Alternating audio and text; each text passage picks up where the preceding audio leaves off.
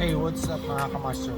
Video for today is paano ba mag-adjust sa ano automatic na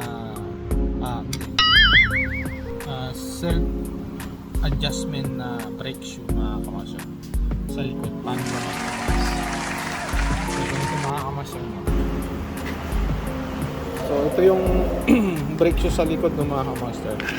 Diba yung mga iba is yung ginaganon pa, sinusundot-sundot.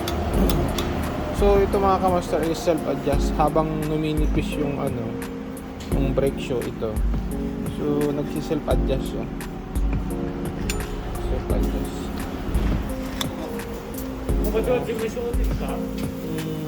Carbon or ano. Sino actually dahil dito? Hay. Dito sa so yung mga kamaster, no,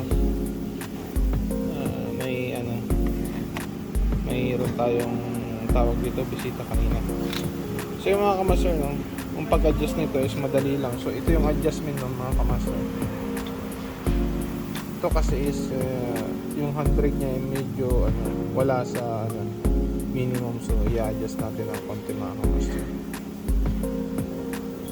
Kasi gusto ng customer pagka handbrake niya pa agad, kagat ka agad, so i-adjust natin ng konti mga kamaster. So yung pag-adjust mga kamaster is dito lang mga kamaster. Ito nakikita nyo, ito susundutin nyo lang yan, tapos tingnan nyo yung gagalaw yan yung sa baba yan, yun 1, 2, so yun lang mga kamaster. So yun lang mga kamaster, no? Ganun lang yung pag-adjust ng ng self-adjustment na brake shoe sa likod kung gusto nyo i-adjust, especially pagka nagpalit kayo ng brake shoe dito sa likod. So yun lang mga kamaster ang video natin.